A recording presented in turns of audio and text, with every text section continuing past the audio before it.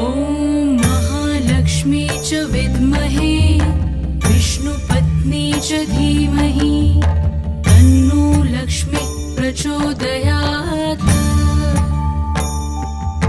ॐ महालक्ष्मी च विद्महे विष्णुपत्नी च धीमहि तन्नो लक्ष्मी प्रचोदयात्। ॐ महालक्ष्मी च विद्महे विष्णुपत्नी च धीमहि